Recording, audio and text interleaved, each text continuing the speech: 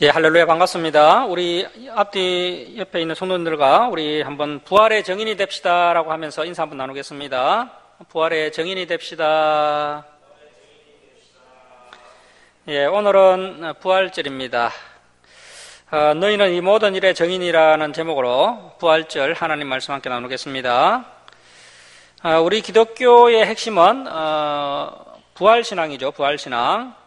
이 부활이 얼마나 중요한지 바울 사도가 고린도교회 성도들에게 부활에 대해 강조를 한 적이 있습니다. 우리 한번 이 PPT 화면 한번 보실까요? 고린도전서 15장 17절 한번 보시겠습니다. 고린도전서 15장 17절입니다. 그리스도께서 다시 살아나신 일이 없으면 너희의 믿음도 헛되고 너희가 여전히 죄 가운데 있을 것이요 또한 그리스도 안에서 잠자는 자도 망하였으리니 만일 그리스도 안에서 우리가 바라는 것이 다만 이 세상의 삶뿐이면 모든 사람 가운데 우리가 더욱 불쌍한 자이리라. 자, 그래서 예수님께서 십자가에 못 박혀 죽으신 후에 부활하지 않으셨다면 예수님이 성자 하나님이시라는 증거도 또한 우리 죄를 대신해서 죽으셨다는 증거도 될 수 없다는 것입니다. 그래서 부활이 없는 믿음은 헛된 것이고 그래서 우리에게 여전히 죄가 남아 있어서 결국 망할 수밖에 없다라고 바울 사도가 말씀하고 있습니다. 그래서 부활이 없다면 우리 기독교는 아무런 가치 없는 종교가 될 것이고 그런 종교를 믿는 우리는 너무나도 불쌍한 사람이 되는 것입니다. 그러나 예수님께서는 분명히 십자가에서 죽으시고 사흘 만에 부활하셨습니다. 자, 고린도전서 15장 20절을 계속 보겠습니다. 그러나 이제 그리스도께서 죽은 자 가운데서 다시 살아나사 잠자는 자들의 첫 열매가 되셨도다. 사망이 한 사람으로 말미암았으니 죽은 자의 부활도 한 사람으로 말미암는도다. 사랑하는 성도 여러분, 우리 예수님은 부활의 첫 열매가 되셨습니다. 부활의 첫 열매가 되셨다는 것은 앞으로 수많은 성도들이 예수님처럼 부활을 하게 된다는 뜻입니다. 예수님을 믿는 우리 성도들은 예수님이 다시 오실 때 예수님처럼 영광의 부활을 하게 됩니다. 자, 그런데 이 세상의 악한 영들이 예수님의 부활을 믿지 못하게 합니다. 부활을 제대로 믿지 못하게 해서 능력 있는 하나님의 백성들이 되지 못하게 합니다. 그래서 우리가 기왕 예수님을 믿기로 하였으면 제대로 믿어야 합니다. 예수님이 하나님의 아들이신 것과 또 우리 죄를 사해 주시기 위해 십자가에 죽으신 것, 그리고 또 사흘 만에 부활하신 것, 부활 후에 이제 제자들의 믿음을 굳건하게 세우신 후에 승천을 하셨는데 때가 되면 이 세상을 심판하시기에 다시 오실 것을 믿는 우리 성도들이 되어야 한다는 것입니다. 우리가 이것을 확실하게 믿고 이 모든 일의 증인이 되어야 합니다. 자, 우리 오늘 본문 누가복음 24장 1절 말씀 보시겠습니다. 누가복음 24장 1절입니다. 안식 후 첫날, 이 안식 후 첫날은 오늘날로 이야기하면 주일이죠. 주일 새벽에 이 여자들이 그 준비한 향품을 가지고 무덤에 가서 마태복음을 보면 이 여자들은 막달라 마리아와 작은 야고보의 어머니 마리아라고 소개하고 있는데요. 이 누가복음을 보면 좀 더 자세하게 기록되어 있습니다. 누가복음을 보면 더 많은 여인들이 나옵니다. 먼저 10절 한번 보실까요? 누가복음 24장 10절 한번 보십시오. 이 여자들은 막달라 마리아와 요한나, 야고보의 모친 마리아라 또 그들과 함께한 다른 여자들도 이것을 사도들에게 알리니라. 자, 누가는 막달라 마리아와 야고보의 모친 마리아 두 사람뿐 아니라 요한나와 또 이름은 나오지 않지만 또 다른 여자들도 함께 예수님의 무덤에 찾아갔었다라고 소개를 하고 있습니다. 이 여인들이 향품을 준비해서 예수님의 무덤으로 간 겁니다. 사실 이 여인들은 아리마대 요셉이 금요일 오후 늦게 예수님을 그 자신의 새 무덤에 장사 지낼 때 곧바로 예수님의 몸에 향품을 발라서 제대로 장례를 치러주고 싶은 마음이 간절했습니다. 그런데 향품을 준비하다 보니까 이미 해가 떨어지고 안식일이 시작된 것입니다. 이 유대인들의 안식일은 금요일 해질 때부터 토요일 해질 때까지입니다. 금요일 해질 때부터 토요일 해질 때까지가 유대인들의 안식일인데 유대인들은 안식일이 되면 아무런 일도 하면 안 되기 때문에 이렇게 안식일을 기다렸다가 이제 주일 새벽이 되자마자 불이 나게 예수님의 무덤으로 달려간 것입니다. 그래서 이 여인들이 예수님을 너무나도 사랑을 했고 또 정말 신실하고 충성되게 이렇게 예수님께 헌신했던 여인들이었음을 알 수가 있습니다. 자, 2절 말씀입니다. 돌이 무덤에서 굴려져 옮겨진 것을 보고 들어가니 주 예수의 시체가 보이지 아니하더라. 이로 인하여 근심할 때 문득 찬란한 옷을 입은 두 사람이 곁에 섰는지라. 이 유대인들의 무덤은 우리나라처럼 뭐 땅에 이렇게 매장하는 그런 무덤이 아니고요. 이제 동굴에 시신을 안치하고 그 입구를 큰 돌 같은 곳으로 막아 놓았습니다. 그래서 그 동굴에는 또 한 명만 이렇게 안치하는 것이 아니라, 한 사람만 안치하는 것이 아니라 여러 이제 시신들을 안치할 수 있도록 그렇게 해 놓았죠. 그래서 이제 이런 그 팔레스타인 지역 유대인 땅에는 이제 토양이 이제 석회암 재질로 되어 있기 때문에요.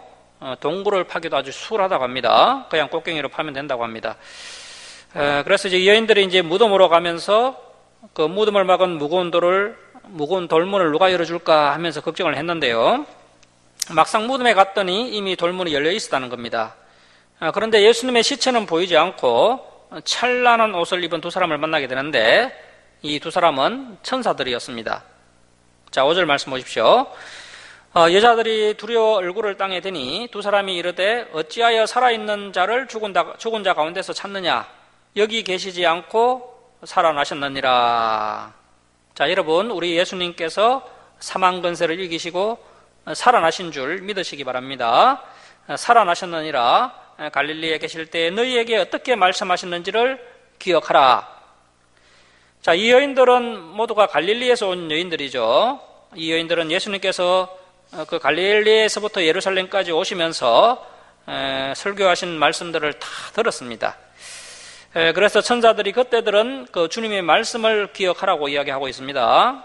특별히 이 여인들에게 기억하라고 하신 예수님의 말씀은 누가복음 9장 22절 그리고 누가복음 18장 32절 33절입니다.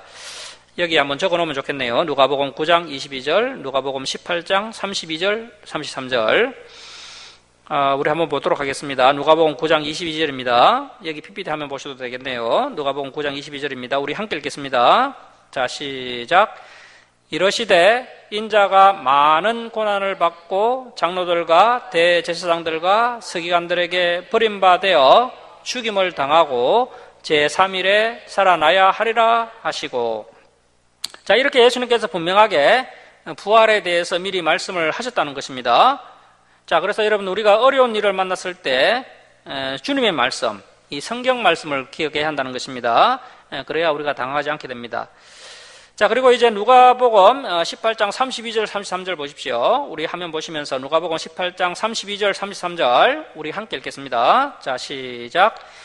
인자가 이방인들에게 넘겨져 희롱을 당하고 능욕을 당하고 침뱉음을 당하겠으며 그들은 채찍질하고 그를 죽일 것이나 그는 3일 만에 살아나리라 하시되.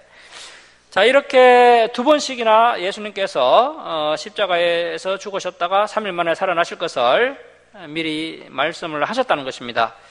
그래서 이 말씀을 기억하라는 것이죠. 이 말씀을 기억하면 희망이 보이고 다시 새 힘이 솟아나게 됩니다. 이 말씀대로 예수님께서 3일 만에 부활을 하셨습니다.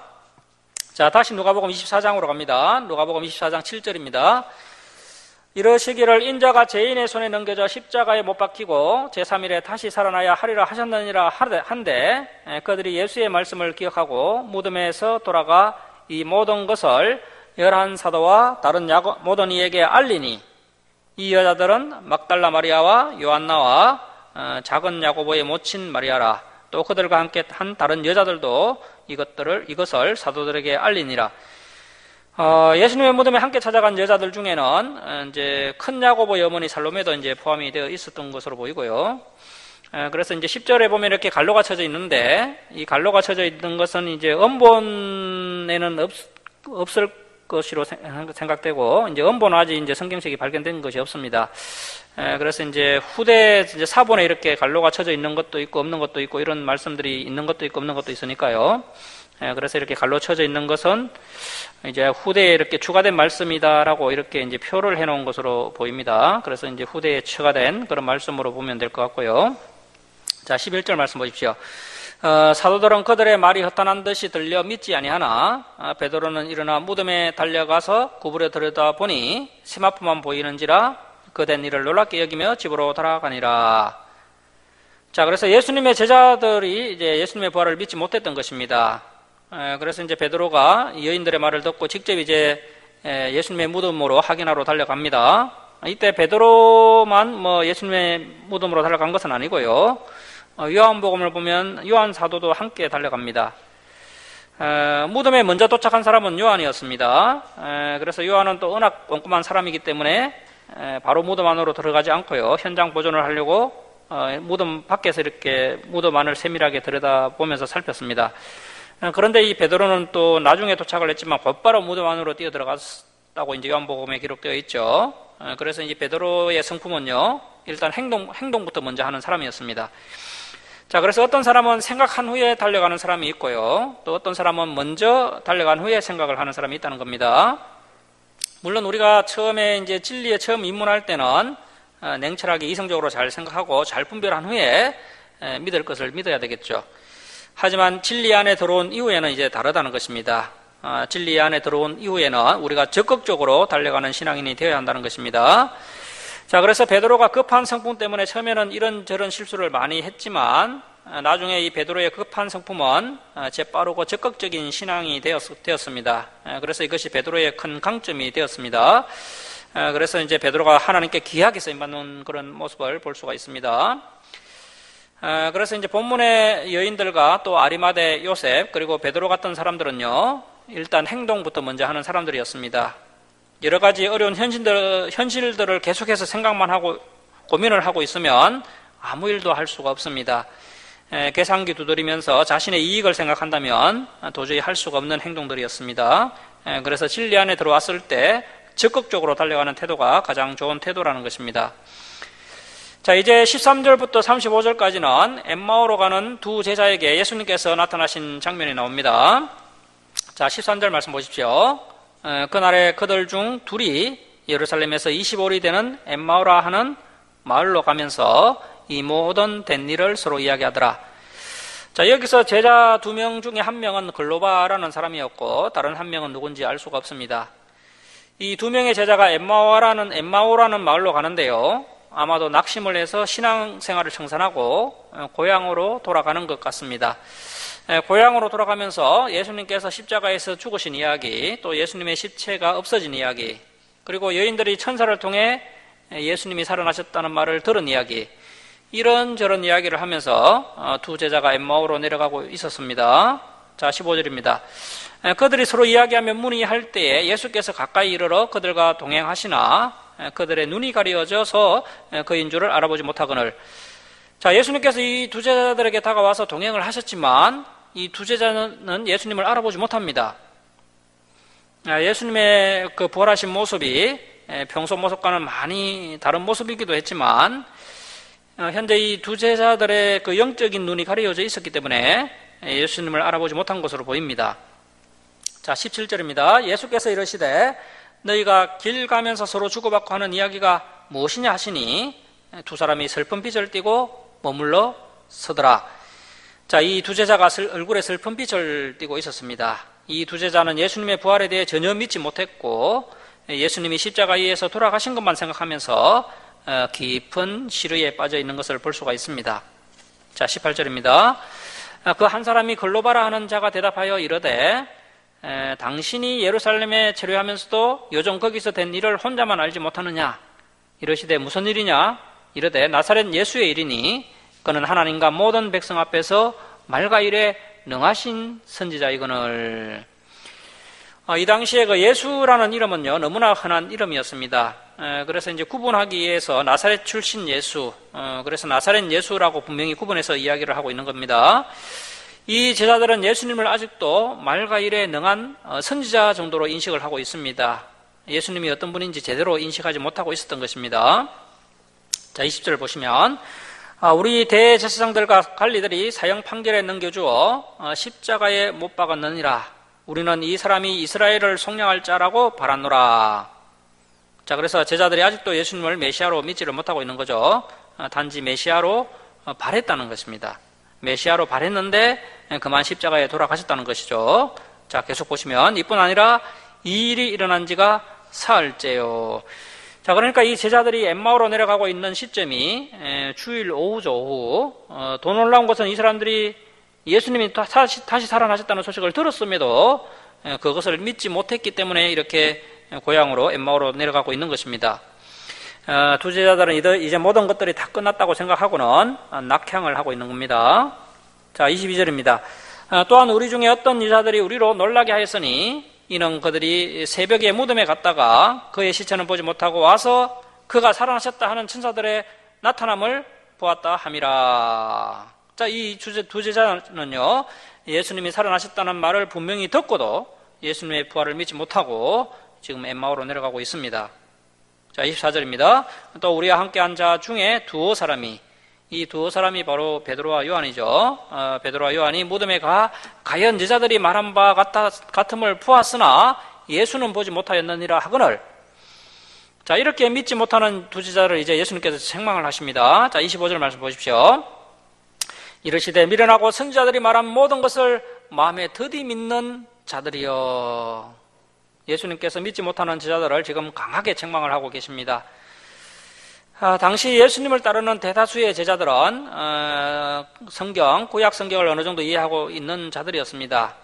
그리고 예수님께서 갈릴리에서부터 예루살렘까지 오시면서 수많은 설교를 하셨고요. 우리가 살펴봤던 대로 예수님께서 십자가에서 죽으시고 사흘 만에 다시 살아나신다는 말씀도 하셨고, 또 예수님이 구약에 예언되었던 그 메시아라는 사실을 여러 차례 설교를 하셨음에도 불구하고 이 제자들이 지금 그 예수님의 부활을 믿지 못하고 있는 것입니다. 그리고 이 제자들은 심지어 그 예수님의 부활을 직접 목격한 여인들의 말도 믿지 못했고요. 또 베드로와 요한이 그 예수님의 무덤이 비어 있었다라고 한 말도 들었지만 여전히 믿지 못하고 있습니다. 그래서 예수님께서 이 제자들을 너무나도 안타까워하시면서 강하게 책망을 하고 계십니다. 자, 여기서 이 미련하고라는 헬라어 아노에토이는요, 아노에토이는 정신이 없는 뜻입니다. 정신이 없는 이라는 뜻입니다. 그리고 또 헬라 원문을 보면요, 오라는 간단사가 더 기록되어 있습니다. 그래서 이제 다시 번역하면 이렇습니다. 선지자들이 말한 모든 것을 마음에 더디 믿는 정신없는 자들이요. 선지자들이 말한 모든 것을 마음에 더디 믿는 정신없는 자들이요. 이렇게 예수님께서 이 제자들을 책망하고 계신 것입니다. 자, 그래서 하나님의 말씀을 마음에 더디 믿는 자들이 되어서는 안 된다는 것입니다. 그래서 이제는 정말 정신을 잘 차리고요, 말씀을 잘 듣고 정말 잘 믿을 수 있는 저와 여러분이 되어야 할 것입니다. 자, 26절 말씀 보십시오. 그리스도가 이런 고난을 받고 자기의 영광에 들어가야 할 것이 아니냐 하시고, 이에 모세야 모든 선지자의 글로 시작하여 모든 성경에 쓴 바 자기에 관한 것을 자세히 설명하시니라. 자, 여기서 이 모세가 남긴 성경은 오경이죠. 모세 오경이라는 성경입니다. 그리고 모든 선지자의 글은 선지서입니다. 선지서. 그리고 이 당시 성경은 구약 성경밖에 없었습니다. 자, 그래서 예수님께서 오경 또 선지서 같은 그런 구약 성경의 메시아에 관해 예언된 말씀들을 자세히 풀어서 설명을 해 주셨던 것입니다. 그래서 목회자가 예수님에 대해 또 진리에 대해 설명을 할 때요, 신약 성경만 가지고 설명해서는 안 되고 반드시 이 본문의 예수님처럼 구약 성경 창세기부터 시작해서 신약 성경 요한계시록까지 자세히 설명해 주어야 하는 것이고요. 이것이 바로 목회자의 사명이라는 것입니다. 예수님께서 그렇게 모범을 보여주셨습니다. 자, 28절입니다. 그들이 가는 마을 그 엠마오에 가까이 가매 예수는 더 가려 하는 것 같이 하시니 그들이 강권하여 이르되 우리와 함께 유하사이다. 때가 저물어 가고 날이 이미 기울었나이다 하니 이에 그들과 함께 유하러 들어가시니라. 자, 그래서 이제 날이 저물어서 주일 저녁이 되었고요. 이 제자들이 예수님께 이제 주무시고 가라고 강권을 하자 예수님께서 제자들과 함께 여관에 들어가시게 됩니다. 자, 30절입니다. 그들과 함께 음식 잡수실 때에 떡을 가지사 축사하시고 떼어 그들에게 주시니. 자, 우리 예수님은 음식을 드실 때마다 항상 감사 기도를 하셨습니다. 그래서 저와 여러분도 음식 먹기 전에 간단하게 감사 기도를 하고 먹어야 됩니다. 자, 31절. 그들의 눈이 밝아져 그인 줄을 알아보더니 예수는 그들에게 보이지 아니하시는지라. 자, 예수님께서 감사 기도하시고 제자들에게 떡을 주셨습니다. 이렇게 함께 식사를 하던 중에 제자들이 비로소 이분이 예수님이신 것을 알아보게 됩니다. 자, 그런데 신비한 것은요, 알아보는 순간 예수님이 보이지 않으셨습니다. 왜냐하면 예수님께서는 이제 부활한 몸을 입으신 상태이시기 때문에 시간과 공간의 제약을 받지 않으신다는 것입니다. 아마도 예수님께서 부활하신 이후에 40일 동안 제자들의 믿음을 굳건하게 세우시기 위해서 이리저리 다니시느라 상당히 많이 바쁘셨을 것입니다. 왜냐하면 십자가 사건 이후에 제자들이 낙심하고 믿음이 흔들려서 이리저리 흩어지고 있는 상황이었습니다. 그래서 예수님께서 흩어지는 제자들을 만나시면서 제자들의 믿음을 다시 굳건하게 세우시는 작업을 40일 동안 하신 겁니다. 예수님은 지금 부활한 몸을 입으셨기 때문에 공간을 초월하셔서 이렇게 서로 다른 곳에 흩어져 있는 제자들을 쉽게 만나실 수가 있습니다. 자, 32절 보십시오. 그들이 서로 말하되 길에서 우리에게 말씀하시고 우리에게 성경을 풀어주실 때에 우리 속에서 마음이 뜨겁지 아니하더냐 하고. 자, 여러분, 이 제자들이 언제 마음이 뜨거웠다라고 고백을 하고 있습니까? 예수님께서 성경을 풀어주실 때 그 성경 말씀이 깨달아지게 되었을 때 그때 마음이 뜨거웠다라고 고백을 하고 있는 것입니다. 자, 여러분, 우리에게도 이러한 참된 뜨거움이 있기를 바랍니다.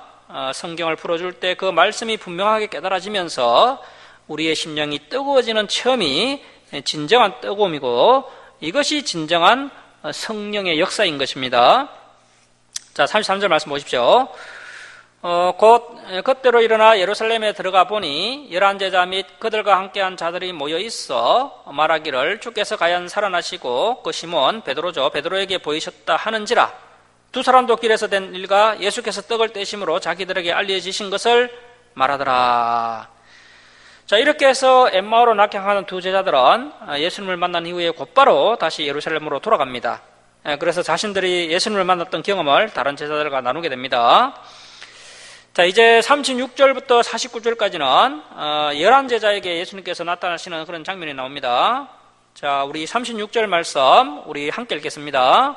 자, 시작.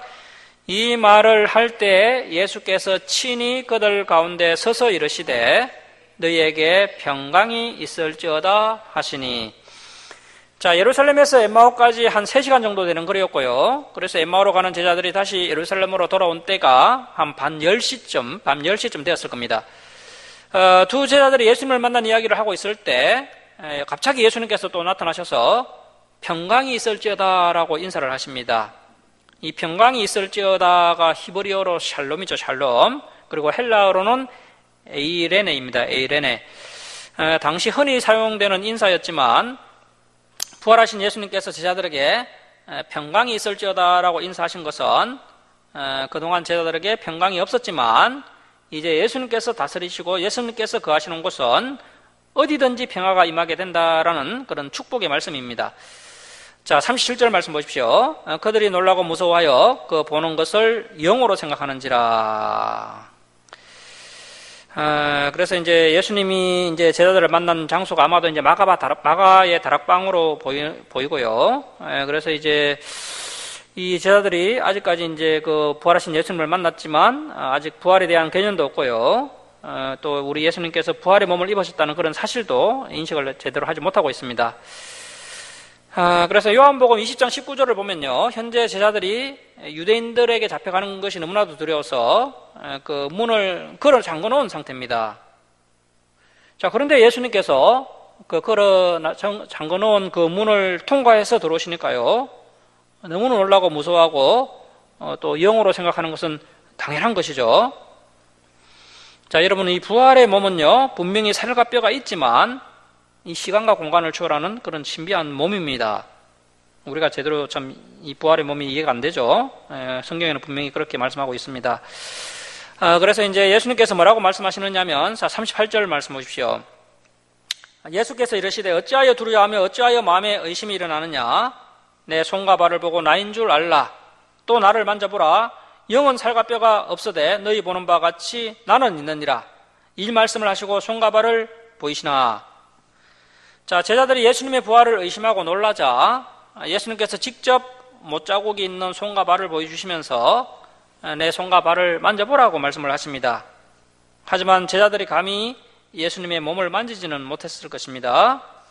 자, 여러분, 그렇지만 분명히 예수님께서 부활하셨다는 것은 정말 진실한 사실입니다.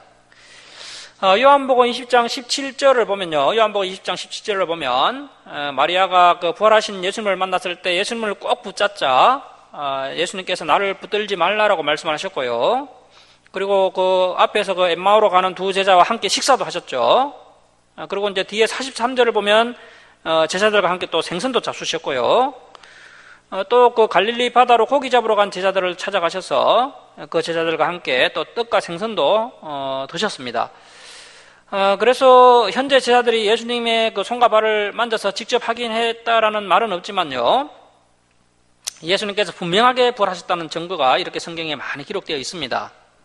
자, 40절 말씀 계속 보시면 그들이 너무 기쁨으로 아직도 믿지 못하고 놀랍게 여길 때 이르시되 여기 무슨 먹을 것이 있느냐 하시니 이에 구운 생선 한 토막을 드리니 받으사 그 앞에서 잡수시더라. 자, 예수님께서 식사를 하심으로 자신이 영이나 환상이 아니라 안전하게 부활하셨다는 사실을 이렇게 제자들에게 명확하게 확인을 시켜주셨습니다. 자, 그리고 이 말씀을 보면요. 부활의 몸을 입고도 먹는 기쁨이 분명히 있다는 것입니다. 이 먹는 기쁨이 참으로 즐거운 기쁨이죠. 그래서 우리가 천국에 가서도요. 이렇게 먹는 재미가 있을 것입니다. 그래서 이 땅에서 좀 못 먹고 좀 가난하게 살더라도요. 우리가 천국 소망을 가지고 이겨내야 하는 것입니다. 자, 44절 말씀 보십시오. 또 이러시되 내가 너희와 함께 있을 때 너희에게 말한 바 곧 모세의 율법과 선지자의 글과 시편에 나를 가리켜 기록된 모든 것이 이루어져야 하리라 한 말이 이것이라 하시고. 자, 그래서 우리 예수님께서 공생의 3년 동안 그 제자들과 함께 있을 때 중점적으로 가르친 것이 뭐라는 것이죠? 구약 성경을 가르쳤다는 것입니다. 그 구약 성경에 예언된 그리스도의 고난과 또 영광에 대해서 예수님께서 이렇게 가르치셨고 이제 그 구약 성경에 예언된 그 말씀들이 다 이루어졌다는 것입니다. 자, 45절 말씀 보십시오. 이에 그들의 마음을 열어 성경을 깨닫게 하시고. 자, 그래서 부활하신 예수님께서 하신 일이요. 이렇게 마음을 열어 성경을 깨닫도록 제자들의 마음을 열어 성경을 깨닫도록 하셨다는 것이죠. 그러니까 우리 예수님께서 공생의 3년 동안 하신 일도 성경을 가르치신 일이었고요. 부활하신 예수님께서 하신 일도 역시 이렇게 성경을 가르쳐서 깨닫도록 하신 일이었다는 것입니다. 우리 예수님의 공생의 3년 동안 3대 사역이 있습니다. 3대 사역. 자, 뭐냐면 첫 번째 가르치는 사역입니다. 성경을 가르치셨습니다. 이 당시에 예수님께서 가르친 성경은 구약 성경밖에 없었죠. 그래서 구약 성경을 가르치셨습니다. 그리고 두 번째 사역은 천국 복음을 선포하셨습니다. 천국 복음을 선포하셨습니다. 그래서 이 천국 복음은 타협하는 것이 아닙니다. 그리고 약화시키면 안 됩니다. 천국 복음은 이렇게 선포를 하는 것입니다. 자, 그리고 세 번째 사역은 약한 자들을 섬기셨습니다. 병자들을 많이 치료해 주셨죠. 약한 자들을 섬기셨습니다. 그래서 이 대표적인 예수님의 사역들이 세 가지가 있는데 그 중에서 당연 첫 번째 사역이요. 역시 성경을 가르치는 사역이 가장 중요한 사역이었습니다. 오늘날 우리 한국교회가 잘하는 부분들이 많이 있죠. 많이 있는데 그럼에도 불구하고 첫 번째 가장 중요한 사역, 말씀을 가르치는 사역을 놓치고 있다면 교회가 해야 할 일을 제대로 하지 않는 것입니다. 자, 이제 46절 계속 보시면 또 이르시되 이같이 그리스도가 고난을 받고 제3일에 죽은 자 가운데서 살아날 것과. 자, 그래서 예수 그리스도가 고난받고 3일 만에 죽은 자 가운데서 살아날 것을 이미 이렇게 구약 성경에 기록되어 있었습니다. 자, 47절 또 그 예수의 이름으로 제3을 받게 하는 회개가 예루살렘에서 시작하여 모든 족속에게 전파될 것이 기록되었으니. 자, 그래서 예수님의 이름으로 제3을 받게 하는 회개, 즉 이제 구원의 길이 열리게 되는데요. 그 구원을 받는 대상자가 누구냐면 유대인들 뿐 아니라 이 세상 모든 사람들에게 이 구원의 길이 열리게 된다는 것입니다. 자, 48절입니다. 너희는 이 모든 일에 증인이라. 자, 오늘 성경에 나오는 여인들과 또 제자들은 부활의 증인들이죠. 우리 주철한교회 성도님들은 부활의 증인일 뿐 아니라 창세기부터 요한계시록까지 잘 공부하셔서 창조주 하나님의 증인들, 또 역사, 그래서 이제 그 하나님의 그 섭리의 증인들, 또 십자가 보혈의 그 구속의 증인들, 그리고 또 보혜사 하나님을 증거하는 성령의 증인들, 그리고 또 산자와 죽은 자를 심판하는 또 심판의 증인들, 그리고 또 산소망이 있게 하신 이 부활의 증인들, 이러한 모든 일에 증인이 되어야 할 것입니다. 자, 49절 말씀 보십시오. 볼지어다 내가 내 아버지께서 약속하신 것을 너희에게 보내리니 너희는 이로부터 능력으로 입혀질 때까지 이 성에 머물라 하시니라. 자, 여기서 그 이로부터 능력으로 입혀질 때까지는 오순절 성령 강림 사건을 말씀하시는 겁니다. 오순절 성령 강림 때까지 이 예루살렘 성에 계속 머물라는 것입니다. 자, 이렇게 해서 예수님께서 부활의 몸을 입으시고 여러 제자들을 찾아다니시면서 만나 주셨습니다. 만나신 다음에 이제 예수님께서 성천을 하시게 되고요. 성천하신 이후에 이제 일주일 동안 제자들이 마가다락방에 모여서 간절히 주님의 약속을 고대하고 있었습니다.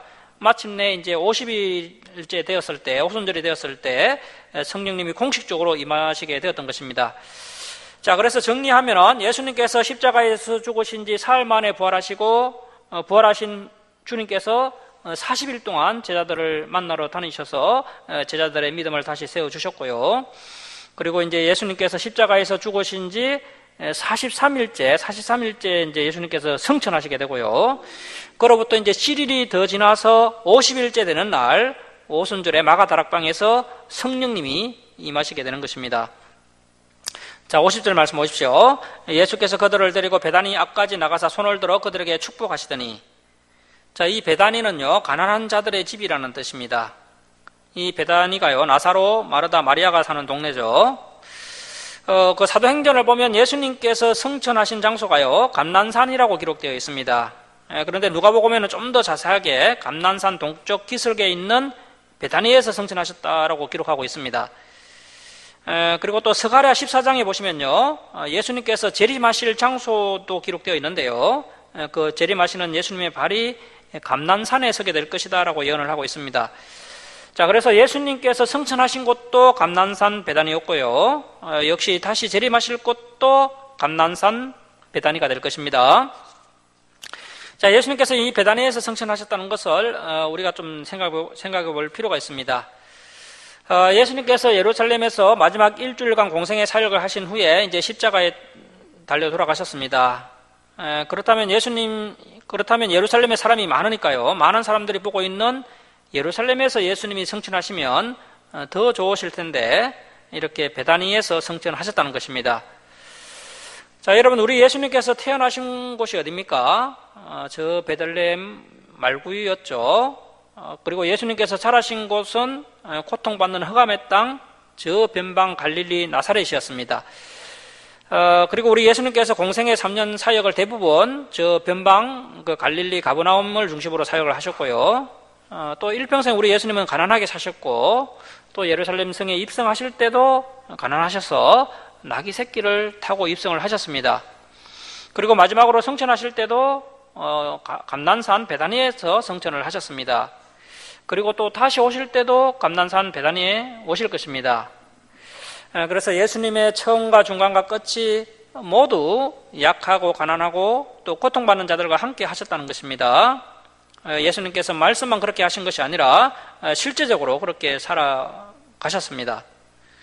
자, 51절 말씀 보십시오. 축복하실 때 그들을 떠나 하늘로 올려지시니 그들이 그에게 경배하고 큰 기쁨으로 예루살렘에 돌아가 늘 성전에서 하나님을 찬송하니라. 자, 제자들에게 큰 근심과 큰 고민이 있었지만 결국 그들이 어떻게 해서 큰 기쁨이 회복이 됩니까? 예수 그리스도의 부활하심과 성천하심 그리고 다시 오심을 믿어야 큰 기쁨이 회복이 된다는 것입니다. 그래서 저와 여러분은 예수 그리스도의 부활하심과 성천하심과 그리고 다시 오심을 믿어야 합니다. 그러한 믿음이 있을 때 우리에게 큰 기쁨이 넘치게 될 것입니다. 자, 말씀을 마치도록 하겠습니다. 사랑하는 성도 여러분, 우리가 하나님의 말씀 앞에서 여전히 미련하고 더디 믿는 자가 아니라 이 모든 말씀을 제대로 믿을 수 있는 저와 여러분이 되어야 합니다. 그리고 우리가 성경 66권 전체를 살펴보는 것이 아주 중요하다는 것입니다. 예수님께서도 그렇게 제자들을 가르치셨다는 것입니다. 그리고 성경을 풀어줄 때 그 말씀이 깨달아질 때 마음이 뜨거워지는 것이고 이것이야말로 진정한 뜨거움이요 성령의 역사라는 것입니다. 우리 예수님은 일평생 낮은 곳에 거하셨습니다. 말구 위에서 태어나셨고 나귀 새끼를 타고 입성하셨고 가난한 자들의 동네인 베다니에서 성전하셨습니다. 우리도 예수님처럼 우리의 마음과 삶이 낮은 곳에 거해야 할 줄로 믿습니다. 여러분, 우리의 신앙이 예수님의 십자가에만 머물러 있으면 안 됩니다. 예수님의 십자가, 또 부활하심, 또 성천하심, 그리고 다시 오심까지 믿고 이 모든 일의 증인이 되는 저와 여러분이 되시길 주님의 이름으로 축원합니다. 자, 기도하겠습니다.